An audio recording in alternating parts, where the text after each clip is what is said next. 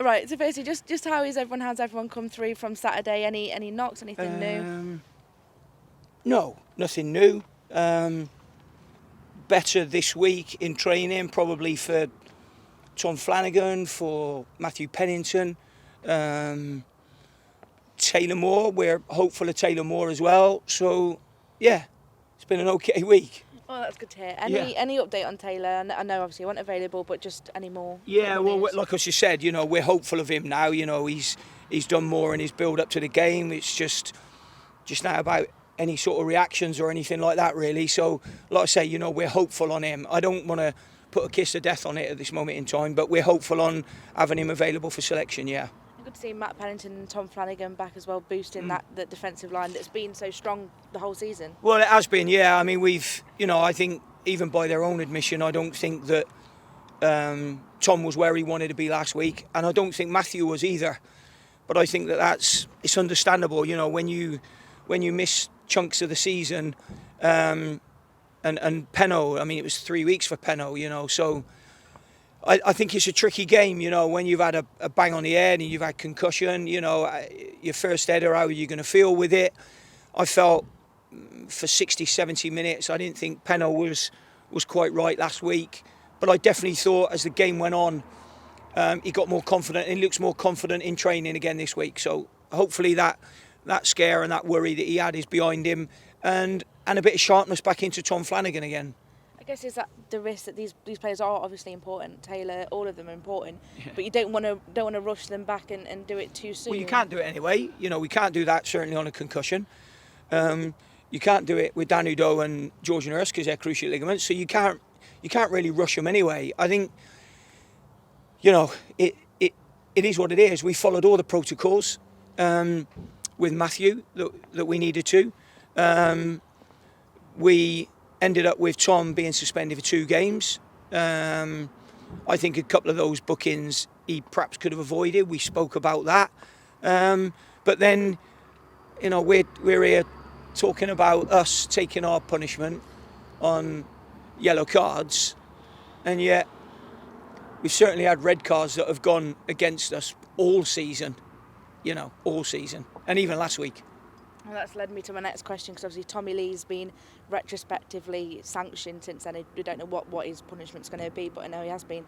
Yeah. And it's what we say about the 6th time you've had something retrospectively happen to you. What needs to change to stop that happening? Referees need to sharpen up. And how do they go about that? Have their wits about them a bit more, maybe. I understand they can't see everything. I suppose the retrospective bans that have come in, they're probably right what's going on in football, because there are lots of things that happen and has happened over the years, not just this season, where, I've been playing alongside another striker who's been punched within 30 seconds of the kickoff. Within 30 seconds of the kickoff. And he's flat on the floor and he's got blood on the back of his head. I know times are not quite like that anymore.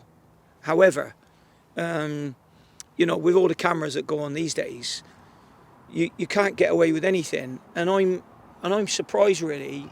I don't imagine any of our lads, and I hope I'm not speaking before it, unless they get really, really mad about something. But I don't see any of our lads retrospectively doing anything like that. I genuinely don't see it, and I wouldn't have that. That would be something that we play fair. We absolutely play fair. I don't tell them to do any of those things, dive around. I don't tell them to cheat on anything. Nothing. Because what will happen is it's only a short-term gain, but there'll definitely be long-term pain in there for you. What goes around comes around in this game. Doesn't matter how long you've got to wait, that's what happens.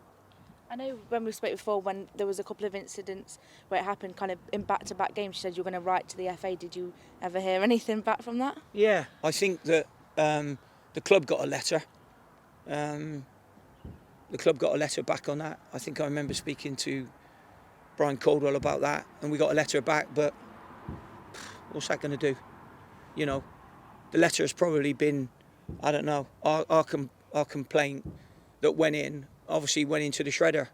It was a referee didn't obviously read it this weekend.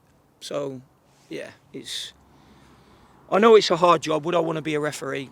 Never in a million years. Never in a million years would I want to be a referee. And I know it's a difficult job for them. But some of them, you know, I mean, some of it is just absolute common sense. Still.